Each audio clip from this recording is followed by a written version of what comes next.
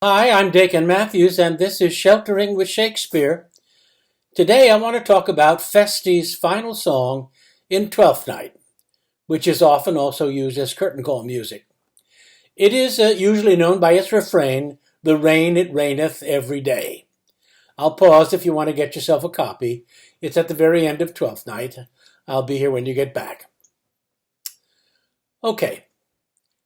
When that I was and a little tiny boy, with hey, ho, the wind and the rain, a foolish thing was but a toy, and the rain it raineth every day.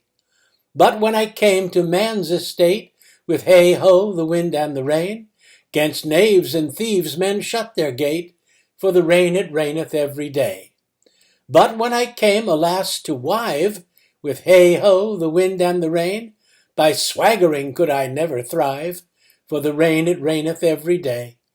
But when I came unto my beds, with hey ho, the wind and the rain, with toss pots still had drunken heads, for the rain it raineth every day.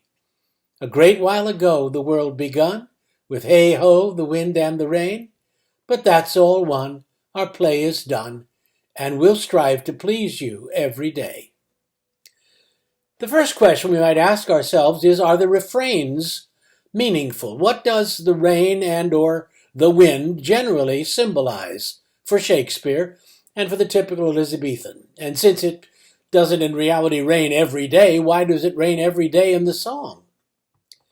In answer to the first, there are possibly three meanings. One, that rain and wind are symbols of daily misfortune, the hardships one must learn to put up with. It's like the humbling condition of being human and vulnerable. See as you like it. Two, there's perhaps an associated meaning. Rain, certainly, though not so much wind, was also a symbol of God's mercy and man's call to imitate that mercy.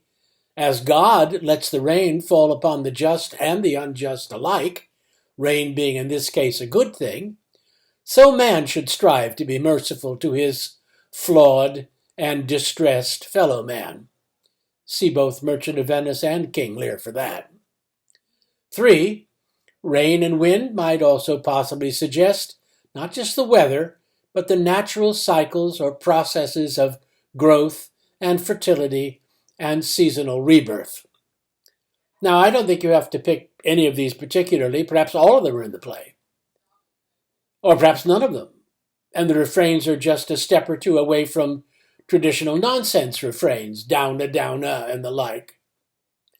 Or maybe each does help to explain the everyday part, the ongoing condition of being human. Now, what about the lyrics themselves? Well, I take my clue from the first stanza to suggest that the song is really quite specifically about sex. Before I start my analysis, there is a long tradition, stretching back to medieval literature, of poems about love that warn against over-idealizing it or over-sublimating it into a love so ethereal, so romantic, so courtly, so platonic, that it practically detaches itself from the humbling reality of sex itself. Gawain and the Green Knight is probably the most sophisticated example. So, here in this song, I think we have, from the male point of view, a bracing and specifically phallic 4 ages of man, to parallel Jake's 7 ages and As You Like It. First age, childhood, when male sexuality is a little thing between one's legs that a boy plays with as a toy. Second age, young adulthood, when the young male on the prowl to sow his oats is locked out by cautious husbands, closing their gates, as Leontes terms them, to knaves and thieves of their wives' honor. Third age, marriage, when all the sexual boasting in the world, all the males swaggering about sex, means little or nothing, because the wife knows the truth about his performance in bed. Lady Macbeth knows how to leverage this one. Fourth age, old age, when going to bed now tends to mean a drunken stupor, whether in one's own bed or, more likely, in a communal bed of sots. What it doesn't mean is sexual virility, at least according to the porter in Macbeth.